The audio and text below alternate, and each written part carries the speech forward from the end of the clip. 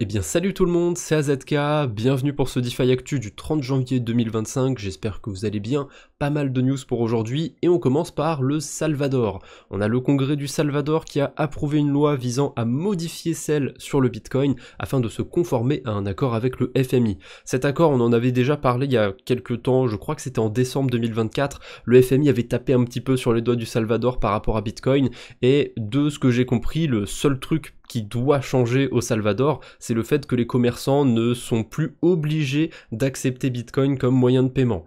Je pense pas que ça va changer grand chose, honnêtement, pour la vie des Salvadoriens. Ceux qui avaient l'habitude, les entreprises, les boîtes qui avaient l'habitude d'accepter le Bitcoin, bah ils vont continuer là-dessus. Ceux qui étaient pas trop chauds, qui préféraient le dollar, bah ils vont arrêter d'accepter le Bitcoin, je pense. Et en plus de ça, le Salvador a conclu un accord avec le FMI pour un prêt de 1,4 milliard de dollars. Alors c'est de l'argent qui est prêté, donc je sais pas si ça va être investi sur du Bitcoin ou quoi que ce soit, mais curieux de voir si on aura d'autres news par rapport au Salvador qui aura peut-être fait des folies, hein, sait-on jamais.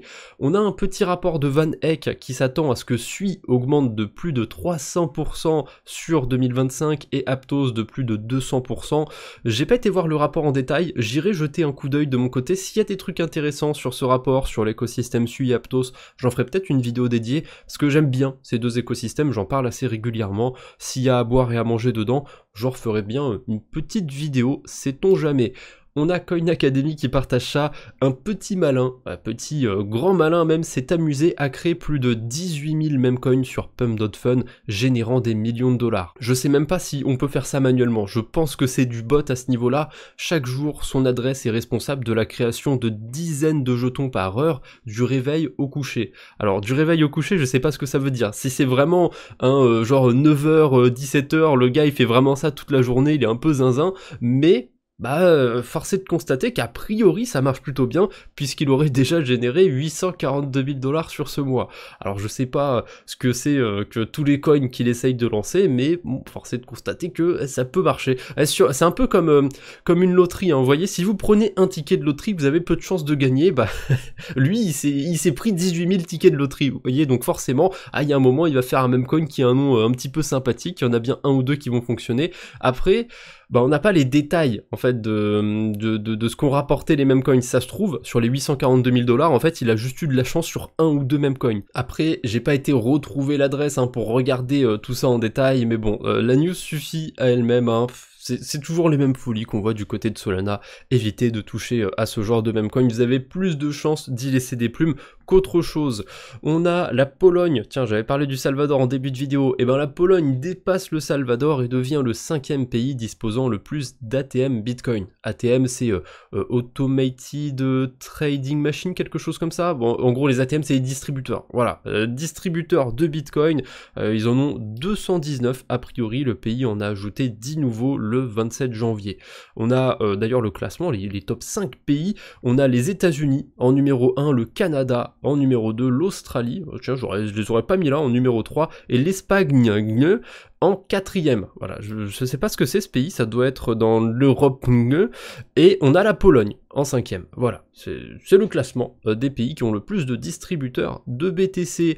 On a des mauvaises nouvelles du jour. J'avais pas fait attention, mais là on enchaîne sur les mauvaises nouvelles du jour. J'en ai vu deux passer, c'est pas des trucs très graves. Donc déjà, on a un vieux lien Bitly partagé par Donald Trump il y a 12 ans. Hein, c'est quand même un lien qui date de 12 ans. Et il y a quelqu'un qui a été parasité un petit peu ce lien et qui l'a fait rediriger vers un memcoin sur Pump.fun.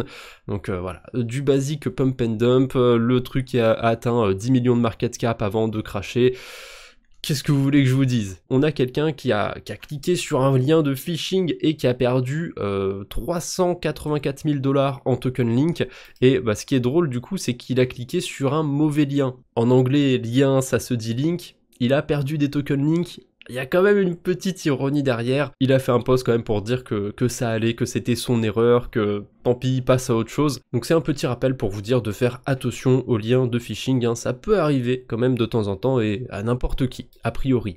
On a deux petites levées de fonds pour aujourd'hui. On commence par D3. Ouais, je vais le dire D3, j'aime bien, ça fait un petit jeu de mots. Donc c'est une startup de nom de domaine. Quand j'ai vu les investisseurs, par contre, il y a Paradigm et Coinbase Ventures, donc c'est deux gros investisseurs. Aucune idée de pourquoi ils ont investi autant pour une startup de nom de domaine. Il y a sûrement plus derrière, hein, je connais pas particulièrement le projet. Quand je regarde ce qui est écrit sur leur description, ils nous parlent de tokeniser des real world assets, donc c'est peut-être plus qu'un truc de nom de domaine, ou alors c'est peut-être la description de crypto fundraising qui est un peu erronée, j'en sais rien.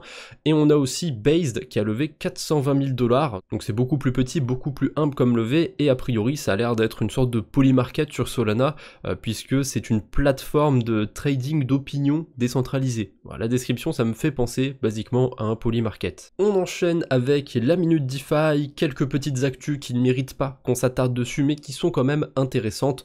On commence par Arbitrum. L'USDT sur Arbitrum est devenu l'USDT 0. C'est le nouveau standard qui a été adopté par Tether. Hein. Donc c'est le standard de Layer 0, hein, comme son nom l'indique. Pas grand chose à rajouter sur ça. Hein. Ça change vraiment rien pour les utilisateurs. Vous avez juste un USDT qui va être plus facilement bridgeable, vu que là c'est complètement compatible avec le standard de Layer 0.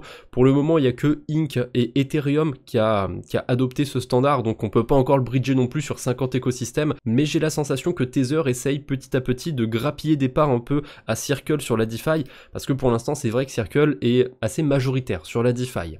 On a deux nouveaux actifs qui ont été listés sur Moonwell, c'est un protocole de lending sur Base, donc on a le LBTC et l'USDS, ça vient d'être listé, il n'y a pas d'incentive, donc pour l'instant il n'y a quasiment aucune liquidité, mais je vais surveiller quand même l'USDS, parce que sur Solana ils l'ont beaucoup fait, il y a eu pas mal d'incentives sur l'ajout de l'USDS, hein, sur certains protocoles de lending et compagnie, donc à surveiller sur Moonwell, peut-être qu'il y aura des incentives, des intérêts bonus à déposer des stablecoins.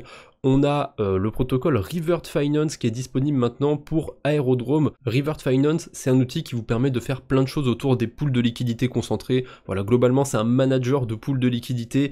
On peut même faire a priori de l'effet de levier sur Arbitrum, puisqu'il y a quelqu'un qui parlait de ça. Donc ça arrivera probablement. Revert a dit que ça arrivait pour Aerodrome. Et pour terminer cette minute DeFi, on a le protocole Hermetica Finance qui émet l'USDH sur Bitcoin via le protocole Runes, si je dis pas de bêtises.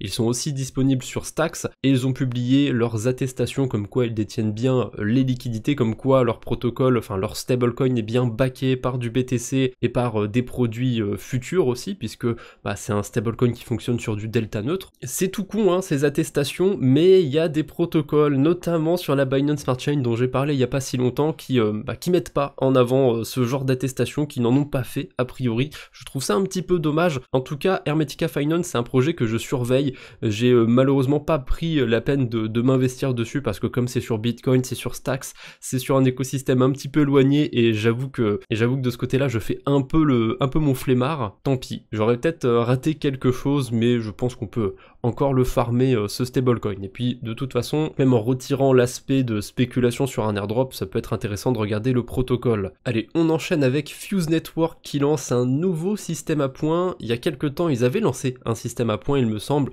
et là ils sont repartis avec le programme Ember, E-M-B-E-R. Et ce système à points, globalement, hein, ça va fonctionner sur leur écosystème. Hein. Si on va déposer des liquidités sur Voltage, donc l'Uniswap du coin, sur le AAV du coin Meridian, on peut récupérer des points. Par contre, il y a quelques temps, j'en avais parlé de Fuse, parce qu'il y avait 2-3 stratégies sympathiques. C'était quand même, il y a pas mal de mois, hein. C'était sur leur précédent système à points. Il y avait moins d'1 million de dollars de liquidités sur le protocole de lending, donc c'était déjà un petit peu ghetto. Là, il y a 36 000 $ de TVL. C'est ridicule, ça donne pas trop envie d'aller sur leur écosystème. Après, il faut bien qu'ils essayent de relancer un petit peu la machine, donc ils tentent quelque chose. Mais ouais, malheureusement, ça donne pas trop envie d'aller sur leur écosystème. On voit qu'au moins ils sont honnêtes, hein, ils ont pas l'air d'avoir des VC, des gros investisseurs dans leur poche. Mais bon, malheureusement, c'est peut-être utile parfois d'avoir des VC dans sa poche, d'avoir des gens qui vont mettre 50 millions de liquidités sur ta blockchain, ça ajoute quand même un petit peu de crédibilité, on peut pas le retirer. Bon, il y a peut-être des trucs sympathiques à faire sur de moindres mesures, sur des petits portefeuilles, mais je vous laisserai regarder par vous-même.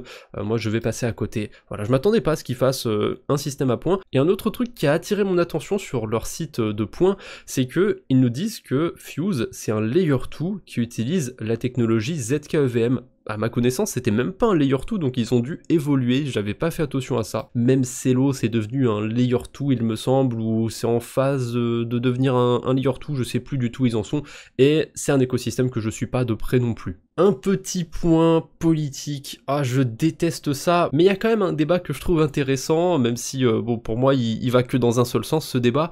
On a Bernard Arnault, donc un milliardaire, hein, celui qui est à la tête de LVMH, il est pas à plaindre, il est pas dans le besoin, certes, mais il alertait un petit peu le gouvernement que les impôts, ça commence à faire beaucoup. Donc forcément, il y a des gens qui vont dire que oui, c'est ouin-ouin, c'est un milliardaire qui se plaint, qu'est-ce qu'il a à se plaindre, il peut payer 5% d'impôts en plus. C'est évident que Bernard Arnault a tout intérêt à faire baisser les impôts, mais honnêtement, hein, la France, c'est quand même connu pour être le pays avec le plus d'impositions au monde, avec le plus de taxes, donc...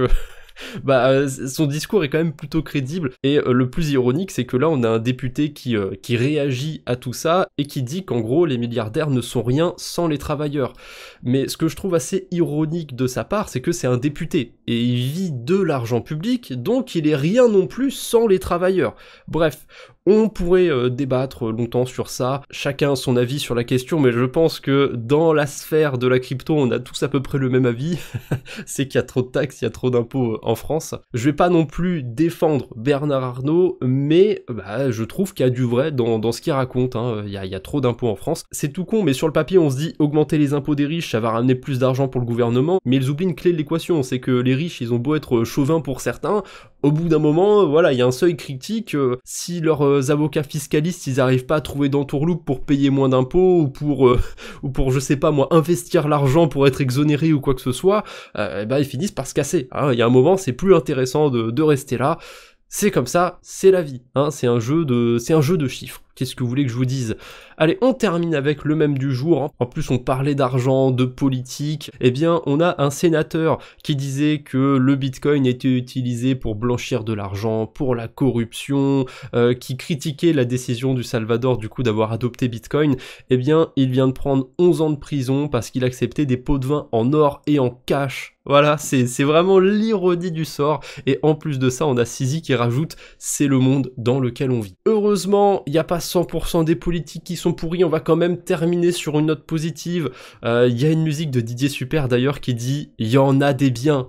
Et voilà, c'est comme ça, il y en a des biens partout, mais est-ce que c'est ça qui fait la différence? Je suis pas convaincu. Allez, sur ces bonnes paroles, je ne vous embête pas plus, bonne journée à tous, bonne soirée, ça dépend à quel moment vous regardez la vidéo, on se retrouve bientôt j'espère, d'ici là portez-vous bien, salut tout le monde.